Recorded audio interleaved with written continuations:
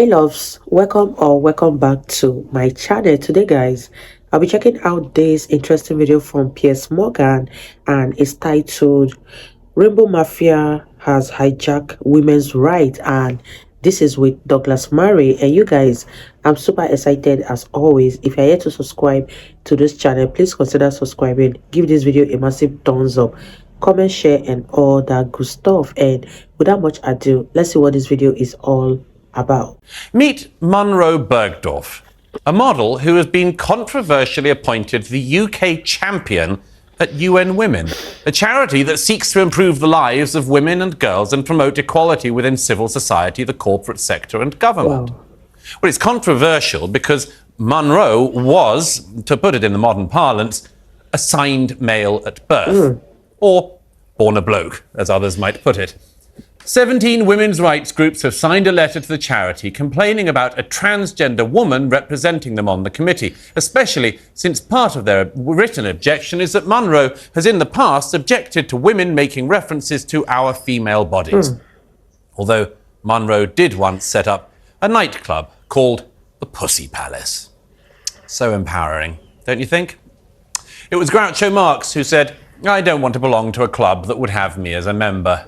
Well, I'm not sure any woman should want to belong to a group that would have Munro Bergdorf as their champion.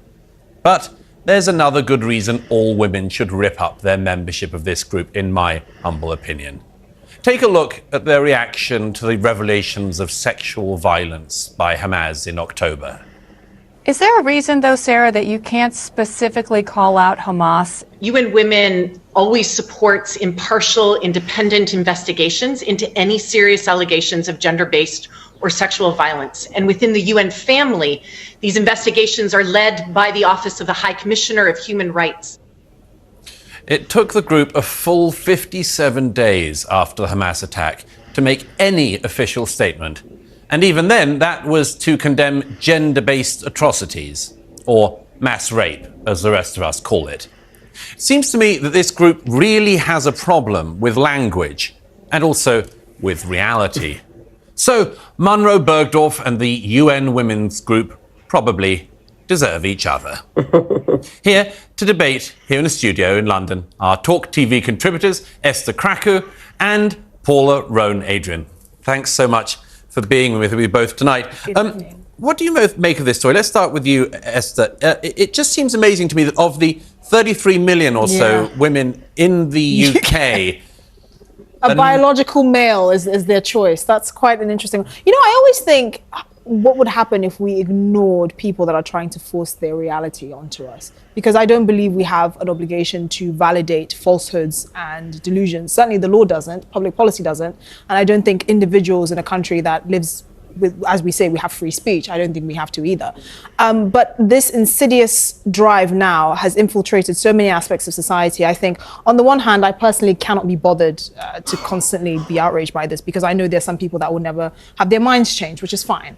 But on the other hand, if we ignore it, what will happen in the future? How will our children be raised? How will we be able to tackle it if it becomes like it seems like a cancer that will never go away? That's the bigger problem I have here. Clearly, Munro Bergdorf, you know, this person is very famous in the UK, and this is a trans woman. That's a biological man that believes that they were born in the wrong body. That's fine.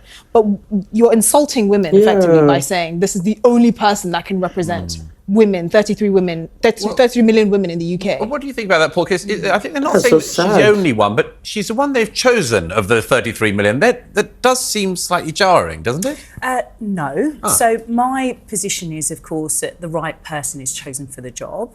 And if the right person is Munro, then Munro is the right person. Keep quiet. What are you saying? Don't feel challenged or don't feel that I'm in competition with Munro. Let me just make it clear. I don't know who Munro is personally. I've only read about her. I read the letter that was written to the UN Women's Group, UK group. And what I understood from the letter, the concerns were twofold. The first was that Munro was not pro-women. And the second was that Munro had written a number of historical tweets that were racist and that were homophobic.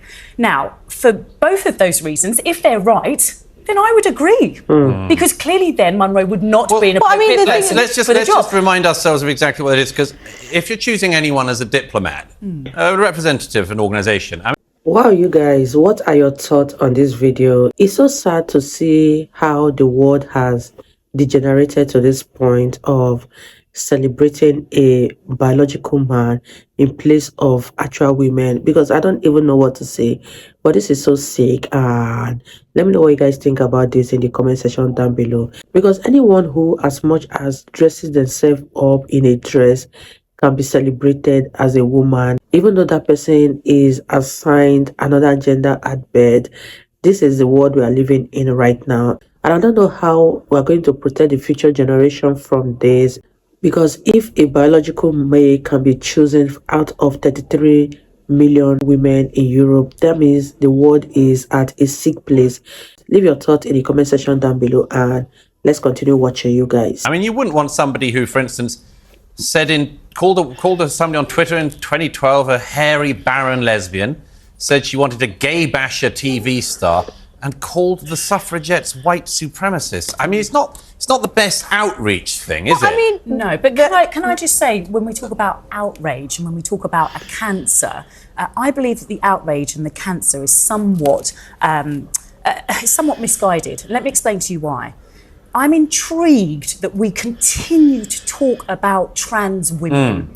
I'm intrigued. Well, why do you think it is? Well, I tell you why it is because there are certain groups in society that are happy for what are two marginalised groups to infight. Okay? And let me explain to you why. Well, because if this amount of energy was expended on why it is we still have a gender pay gap of 14.3%, if this energy was expended on why it is that professional sportswomen are not being catered for in the same way in terms of their commercial contracts, why it is that maybe because they're getting beaten up by lesser male athletes. Why it is that Serena and Venus Williams were not being paid the same amount. That's a disingenuous argument. Finals as they were for men. That's a disingenuous argument. Then I would kind of understand these allies who suddenly you're pretending not to know why. There is a reason why. There's a reason why we're fixated more on the issues to do with trans women than trans men, because you don't have sporting organizations validating trans men in male sports, because it doesn't exist, right? There's a reason why there's all this sort of controversy around trans women in female prisons, because it doesn't happen the other way around. That is the reason why. And to pretend or to juxtapose that against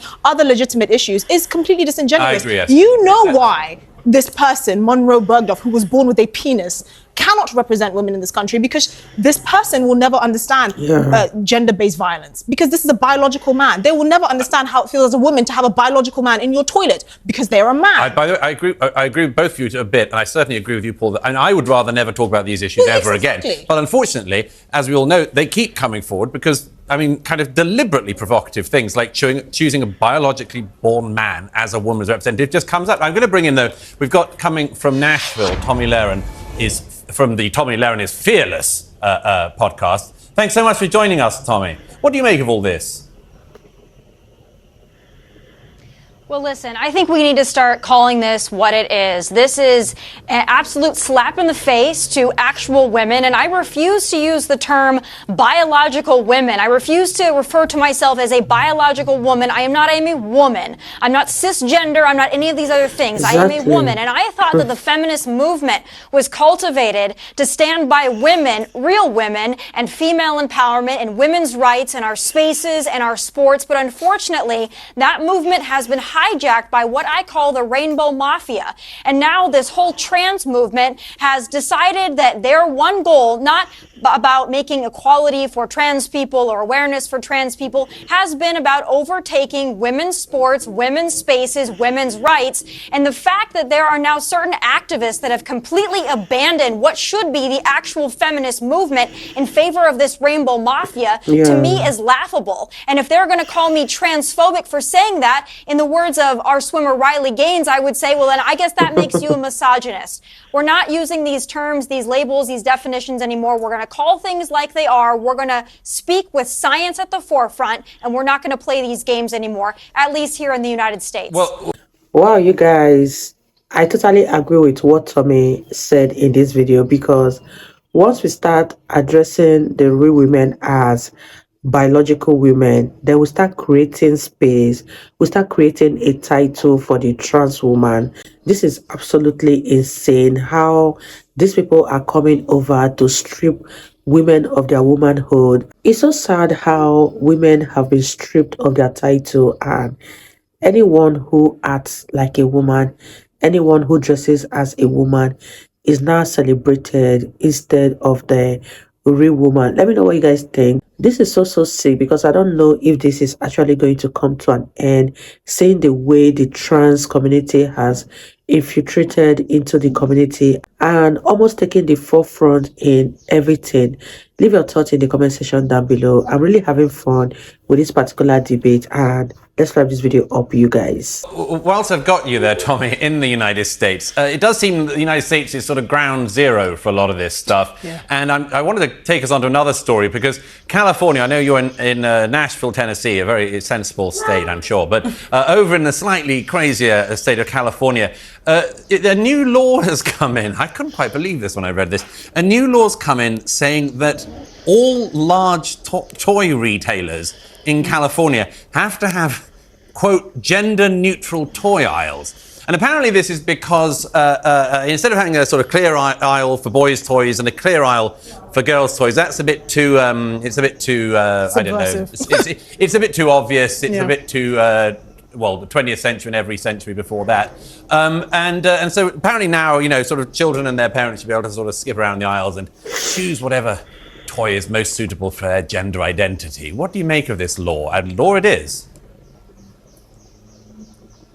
Well, I'll tell you, I did live in Los Angeles for 3 years before I fled to Nashville, Tennessee. And I'll tell you, there's a lot of problems in California. Homelessness, taxes, regulations, illegal immigration, drug use, open-air drug markets, filth on the streets, human feces on the streets, needles on the streets. And I would think that gender-neutral toy aisles would end on the last of list of priorities for Governor Newsom and the rest of the Democrats that control that state. But alas, we've discovered that that is their priority, fining retailers that have already been through enough with the COVID lockdowns and shutdowns, finally regaining their ground after that time, also inflicted on them by Democrat politicians. And now they're going to be fined if they don't have gender-neutral toy sections. I'd also remind people that in California, because they're felon coddling laws and policies, you can actually steal $450 more than these retailers would be fined, and that would be considered a misdemeanor. So let's just put that in perspective. You can shoplift, and that's essentially the same thing as a toy aisle that's not gender neutral. Well, that's California priorities for you. I don't know why everybody hasn't fled that state. Thank you, Tommy. I've got to bring that back to the studio. Paul Ness, I think the idea here is that we shouldn't impose gender identity. Performativity, I think, is one of the bizarre terms that is used. But here's something that slightly subverts that argument. There's a study that just came out. The most popular toys for girls on Amazon: jewelry box, princess castle, and karaoke microphone. And you don't need to guess which sex these are the most popular toys for on Amazon: stunt car, dartboard, walkie-talkies, and toy soldier army SWAT helmet. I think the point is, and it's a shame that they had to bring in a law, but I think the point is that it's okay if your son wants a pram. Exactly. And if your son points to a pram on the shelf, buy your son a pram. It's no big deal. If your That's son being wants very generous. If your son wants to dress up as a Disney princess and says, I want to dress up as a Disney princess, let your son dress up as a Disney princess.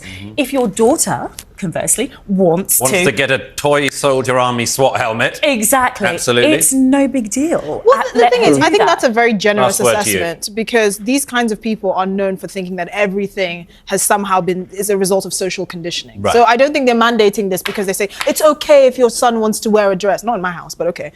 It's the point that they actually think it's okay young if your people, son wears a dress. Not in my house. It will be fine. But they actually think young people are socially conditioned to this, even though it goes against all the scientific data on this. The reality is, boys like things, girls like people, and that's just the reality of how we're genetically predisposed. And it's interesting that you say that you think that people are suggesting that they're social conditioned in the same way that you think that somehow your son will no, it's grow not up it's just not happening in my house. Exactly. If he wears a dress. It's just not happening in my house. Well, that's kind of clear. I'd like to thank both my guests in the studio. Thank you, Esther and Paul. And thanks very much, Tommy, for joining us all the way over in Nashville, Tennessee. Wow, you guys, that was such an interesting one. And I love the fact that Esther stamped her feet on the ground, because if every parent did exactly the same thing, then we wouldn't have what is going on in the society today. Let me know what you guys think about this video in the comment section down below. It's not every little boy that wants to wear a dress that is going to end up a trans person, because once you stamp your feet on the ground, they will definitely grow out of that stage. And it's so sad that most of these parents are too soft on their kid, and at the end of the day, this is what the society has to deal with, because they refuse to say no to their kids. Let me know what you guys think about this video, and it was very, very entertaining, interesting, and there's a whole lot to learn from this debate. If you guys enjoyed watching, give this video a massive thumbs up, comment, share, and all that good stuff, and I will see you all in my next video. Bye guys.